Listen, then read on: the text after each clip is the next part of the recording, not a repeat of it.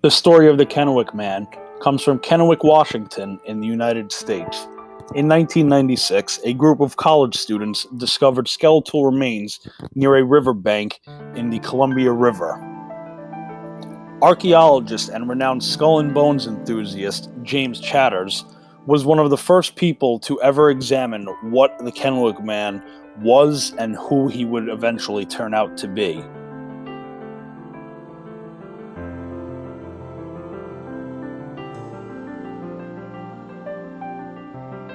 When Chatters came to his conclusion about the Kennewick Man having a European background, there was also going to be the controversy of who this man actually was, and if it was a European, how did he get here and why was he here from so long ago?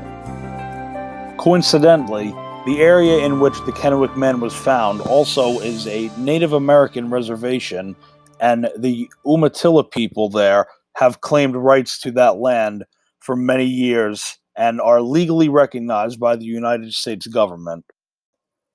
In the coming days and weeks after Chatters revealed his controversial decision about the Kennewick Man, members of the Umatilla tribe came to speak out against Chatters' decision about this.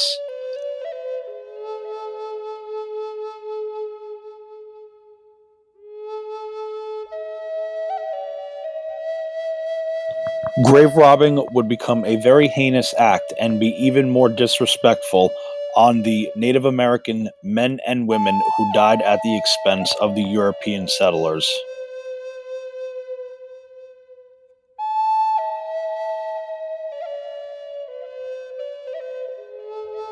With the remains of the Kennewick Man being discovered on the grounds of an Indian reservation that is legally recognized, you would think that the remains would belong to the native Umatilla tribe. That would not turn out to be the case, and thus the issue of who owns the Kennewick Man came to be. Members of the Umatilla tribe had viewed this as grave robbing. Their cultural belief was that the Kennewick Man was known as the Ancient One, who had knowledge of how the universe was created. He was their godlike figure in their spiritual religion, something that the European settlers should be aware of, but had never respected the native spiritual beliefs. For years now, the Native American population has already been reduced to a fraction of what it used to be decades and centuries earlier. With so much of their culture lost and destroyed at the hands of American progression, the case of the Kennewick Man was another chapter in this dark history. From the legal and moral battle over the remains of the Kennewick Man, there was the problem of linguistics and what it meant to actually own something. We can all generalize what ownership means. Having a history with something and sharing experiences with an object. I may drive my car across country, and those memories will be mine with the car because I was the one owning it at the time. So, how do we judge the Kennewick Man? Scientists persisted on performing more and more tests on the remains without any respect to the Native American traditions about the dead in the spiritual world. This was essentially the larger issue about what Native Americans have dealt with over their history. Why can't they just have this one and let science step away and respect a group of people that has undergone so much pain and suffering in their past?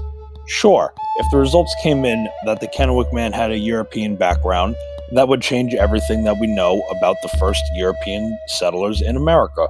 But at this point in history, is it really worth it to change one fact and continue to take away another people's history and identity and to keep diminishing anything they have contributed to society? To close at least one chapter of this story of the Kennewick Man, Armand Mintorn was a leading figure from the Umatilla tribe, and he spoke out for the proper reburial of the Kennewick Man's remains back to the tribal grounds. After seeing this controversy play out and experience the reasons from both sides of the Native Americans and on the scientists, I can profoundly say that I am on the side of the Native Americans.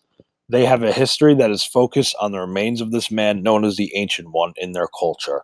The scientists should not have any moral grounds to continue studying the bones and the remains of the Kennewick Man.